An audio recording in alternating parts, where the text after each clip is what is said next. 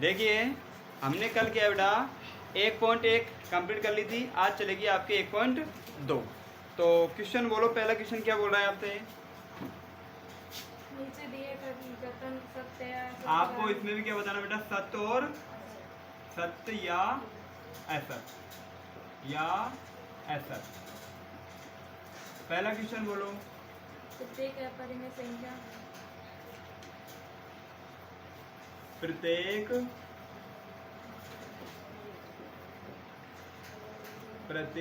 अपरिमेय संख्या, अपरिमेय संख्या एक वास्तविक संख्या होती है। एक वास्तविक संख्या होती है। यही है। देखो बेटा, अगर मैं यहाँ पे देखूँ तो ये बोल रहा है कि प्रत्येक अपरिमेय संख्या वास्तविक संख्या होती है। क्या होती है? वास्तविक संख्या। तो अपरिमेय के जैसे मान लो, मैं एग्जांपल लिखूँ पहले अपरिमेय के। अपरिमेय संख्या जैसे मान लो मैं लिखा 2.342 5 ये चलेंगी, ठीक है। जैसे 3.7654 ऐसे चलेगी, ठीक है। ऐसे करके, और जैसे 7.3296 ऐसे करके ये संख्या चलेगी। ये तो किसकी एग्जाम्पल बेटा? अपरिमेय संख्या। अब बात कर लेते हैं वास्तविक संख्या। तो वास्तविक संख्या में क्या है? देखो बेटा, संख्या किसके रूप में आती है? बटे के रूप में भी आती है, ठीक है। और पॉइंटों के रूप में भी आती है। जैसे मान लो इसको लिख लो 2 3 4 2 5 देते हैं, और 3.7654 और आ रहा आपके 7.3296 और ये भी रहता है, ठीक है। क्या प्रत्येक अपरिमेय संख्या वास्तविक संख्या हो सकती है? क्या हो सकती है? हो सकती है ना। अरे प्रत्येक अपरिमेय संख्या आ रही नहीं, ये आ तो रही है इसमें, तो ये हो सकती है, ठीक है। तो क्या लिखोगे आप? तो मैं लिखूंगा इसमें यह कथन क्या है?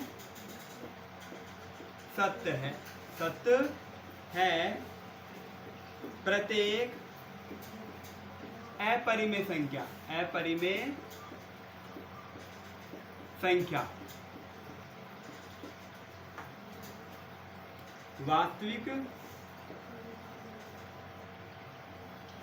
वास्तविक संख्या होती है, लेकिन प्रत्येक वास्तविक संख्या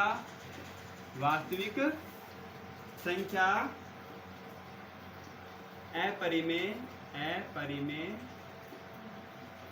संख्या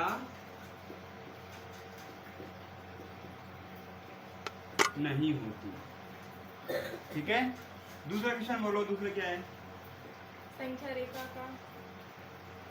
संख्या रेखा का प्रत्येक बिंदु रूट m के रूप का होता है। रूट m के रूप का होता है। जहाँ m एक प्राकृत संख्या है। जहाँ m एक प्राकृत संख्या है। एक बात बताओ, देखो ना इसने क्या बोला है? m है ना, m वो बोलती प्राकृत। तो प्राकृत संख्या कहाँ से स्टार्ट होती है? एक से लेके कहाँ से चलती है बेटा? अनंत तक, यानी कि m की वैल्यू दे दी इसने ये वाली, ठीक है। अब आपसे बोल रहा है कि संख्या रेखा पर प्रत्येक बिंदु रूट m के रूप का होता है। क्या? देखो बेटा, अगर मान लो रूट में मैंने 1 लिखा, क्या लिखा? 1, तो इसका तो निकल के क्या आ गया? वर्गमूल 1 आ गया। अगर मैंने लिखा यहाँ पे रूट 2, तो इसका निकल के क्या आएगा? रूट 2 ही आएगा ना। तो ये m है ना, वो प्राकृत संख्या के रूप का आ रहा है क्या? नहीं, ये तो एक तो प्राकृत है, कोई दिक्कत नहीं है, लेकिन यहाँ पे संख्या कितना आ गई? रूट में, ठीक है। और अगर मान लो मैं लिखूँ यहाँ पे 3, तो 3 का कितना आएगा बेटा? रूट 3 ही आएगा।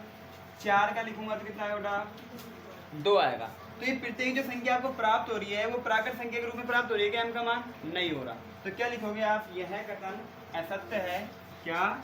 यह कथन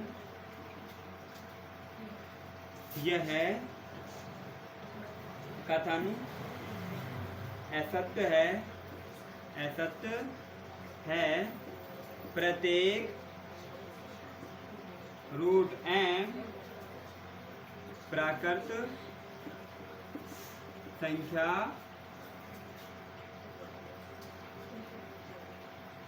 के रूप का नहीं होता है।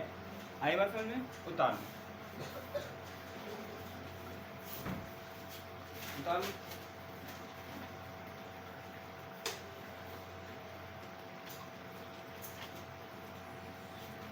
उतार लिया होगा। चलो आगे सवाल पर जाओ। क्वेश्चन नंबर 3 बोलो।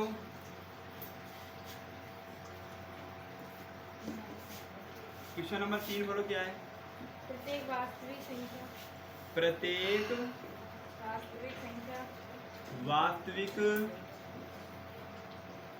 संख्या एक अपरिमेय संख्या होती है। एक अपरिमेय संख्या होती है।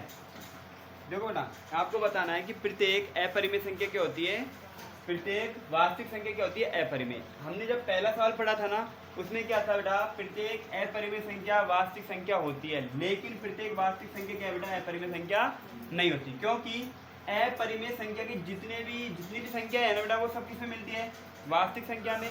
लेकिन वास्तविक संख्या की बात करें तो उसमें अपरिमेय तो रहती है, साथ साथ में क्या रहती है, परिमेय भी। तो प्रत्येक वास्तविक संख्या अपरिमेय हो सकती है क्या? नहीं हो सकती। तो देखना, यह कथन असत्य है। प्रत्येक वास्तविक संख्या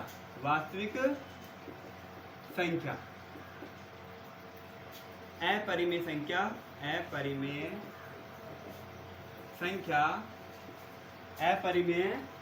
संख्या नहीं होती है। लेकिन आप ये बोल सकते हो, लेकिन प्रत्येक अपरिमेय संख्या वास्तविक संख्या हो सकती है, वास्तविक संख्या हो सकती है। ठीक है, अगला क्वेश्चन बोलो क्या है? क्या सभी धनात्मक किताब देखो बेटा, अगले क्वेश्चन पे आ जाओ। क्वेश्चन नंबर आ जाओ सेकंड पे। ये तो पहले के कितने पार्ट थे बेटा? 3 पार्ट थे जो हमने कर लिए। क्वेश्चन नंबर आ जाओ सेकंड पे। देखो क्या बोल रहा है, क्या सभी धनात्मक पूर्णांकों के वर्गमूल अपरिमेय होते हैं? ये बेटा, क्या सभी धनात्मक पूर्णांक, तो मैं इसको यहाँ पे बिठा लेता हूँ, एक बार बता लिया होगा सर। देखो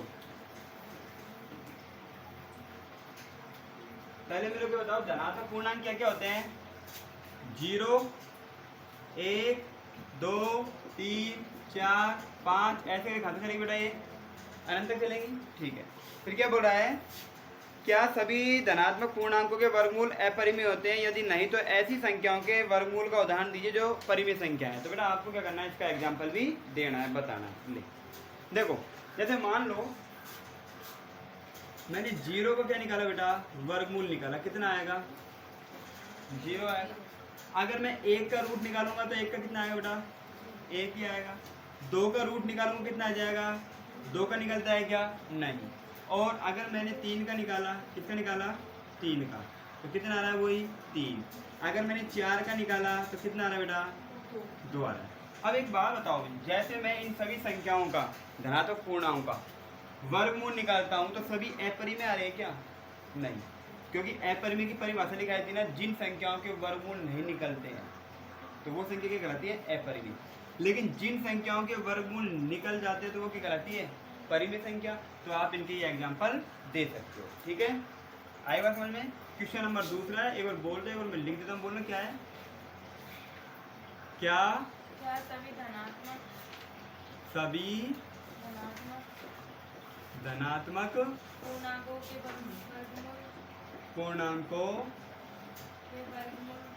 के वर्गमूल अपरिमेय होते हैं।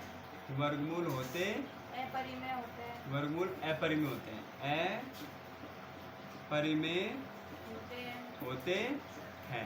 यदि नहीं तो यदि नहीं तो एक ऐसी संख्या के नहीं तो उदाहरण देके बताओ, उदाहरण देखकर बताओ। ठीक है, मैंने इसको थोड़ा शॉर्ट कर दिया। तो देखो ना, क्या सभी धनात्मक पूर्णांकों के वर्गमूल अपरिमेय होते हैं? तो देखो हो रहे हैं क्या? नहीं हो रहे हैं। देखो जिनका वर्गमूल पूरा पूरा नहीं निकलता वो तो क्या होती है बेटा? अपरिमेय। और जिनका वर्गमूल पूरा पूरा निकल जाता है वो क्या होती है? परिमेय। तो यहाँ पे देखो बेटा, अगर मैं देखूँ तो यहाँ पे देखो एक का वर्गमूल पूरा पूरा निकल गया ना, तो ये तो क्या है? परिमेय। ये क्या हो गई? अपरिमेय। इसका नहीं निकल रहा, इसका भी नहीं निकल रहा, और 4 कितना निकल के आ गया? 2। तो मैं यहाँ पे देखूँ तो बेटा यहाँ पे परिमेय संख्या भी आ रही है और अपरिमेय संख्या। तो हमने इनकी क्या दे दी है? एग्जाम्पल। उतार लो, फिर आ जाओ अगले सवाल पे। उतार लिया, चले अगले सवाल पे। बोलो अगले सवाल क्या है? बोलो दिखाइए तीसरा, बोलो तीसरा क्वेश्चन क्या है? दिखाइए दिखाइए कि संख्या रेखा पर संख्या रेखा पर रूट 5 रूट 5 को को किस प्रकार निरूपित किया जा सकता है? निरूपित किया जा सकता है? किया जा सकता है। देखिए बेटा, सबसे पहले हम क्या करेंगे? एक समकोण त्रिभुज लेंगे। क्या लेंगे? एक समकोण त्रिभुज लेंगे। ठीक है, और आपको पता है बेटा समकोण त्रिभुज में सबसे बड़ी भुजा क्या है? कर्ण होती है।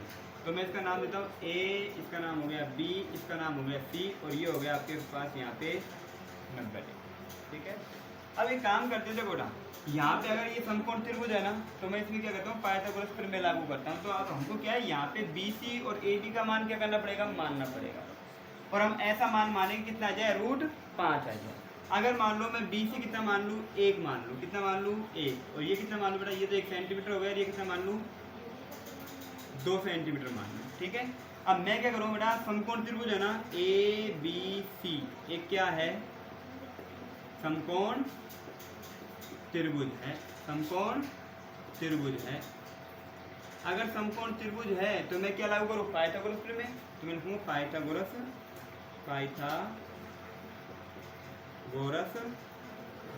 प्रमेय से। अब पाइथागोरस प्रमेय क्या बोलती है बेटा? कर्ण का स्क्वायर। तो कर्ण निकालना है। अगर कर्ण रूट 5 आ गया तो हम क्या कर सकते हैं? इसको संख्या रेखा पर निरूपित कर सकते हैं। तो देखो बेटा, कर्ण क्या है बेटा? AC का स्क्वायर। किसका स्क्वायर है? AC का स्क्वायर बरोबर कर्ण का स्क्वायर बरोबर आधार क्या है बेटा? BC का स्क्वायर प्लस लंब क्या है? AB का स्क्वायर। यही है। AC का स्क्वायर तो आपको निकालना है, तो AC का स्क्वायर का, तो AC का स्क्वायर बताओ। BC क्या माना था आपने? BC माना था 1। ठीक है, और 1 का क्या हो गया? स्क्वायर हो गया। 1 का क्या हो गया? स्क्वायर हो गया।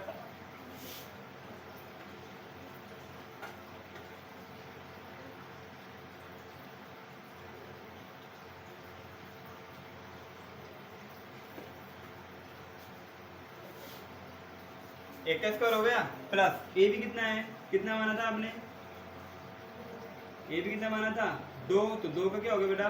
स्क्वायर हो गया। एक काम कर लेना, यहाँ पे मान लेना BC वर्ग कितना माना था आपने? माना BC वर्ग कितना है? 1 सेंटीमीटर। और AB वर्ग कितना माना था? 2 सेंटीमीटर। ठीक है, अब यहाँ पे देखो AC तो आपको निकालना है, तो AC का स्क्वायर बरोबर 1 का स्क्वायर कितना होता है? 1। 2 का स्क्वायर कितना हो गया? 6। ठीक है, तो AC स्क्वायर बराबर कितना हो गया? 5। वैल्यू किसकी निकाली बेटा? AC की। तो स्क्वायर इधर जाएगा, स्क्वायर है ना, इधर जाएगा, किसका रूप ले लेगा? रूट का। तो कितना आ गया? रूट 5 आ गया। ठीक है, तो यहाँ पे कितना है बेटा? इसका कर्ण कितना आ जाएगा? रूट 5। तो इसका मतलब क्या है? हमने जो आधार और लंब माना था ना, वो सही माना, जिससे इसकी वैल्यू क्या गई? रूट 5 आ गई। अब देखो संख्या रेखा पर किस प्रकार से निरूपित करोगे? सबसे पहले देखो नीचे कितनी है बेटा? 1 सेंटीमीटर। तो सबसे पहले स्केल की सहायता से आप 1 सेंटीमीटर क्या खींचोगे? रेखा। मान लो मैंने ये मान लिया 1 सेंटीमीटर है, ये A मान लिया। ठीक है, मान लगा यहाँ पे B, और ये क्या हो गया? C। ये कितना है बेटा? 1 सेंटीमीटर है। ठीक है, अब उसमें देखो यहाँ पे ये जो AB है ना, कितना है? 2 सेंटीमीटर है। तो यहाँ पे क्या करो? 2 सेंटीमीटर की रेखा खींचो। कितने सेंटीमीटर की, 2 सेंटीमीटर की, ठीक है। इसको क्या करो बेटा, इसको इससे मिला दो, मिला दिया। अब प्रकार लेना, प्रकार लेने के बाद इसको नाप लेना और इसको ऐसे यहाँ पे ऐसे करना, इस लाइन को और बढ़ा देना। तो यहाँ पे क्या जाए बेटा, √5। इस प्रकार से हम संख्या रेखा पर √5 को निरूपित कर सकते हैं। उतार दो।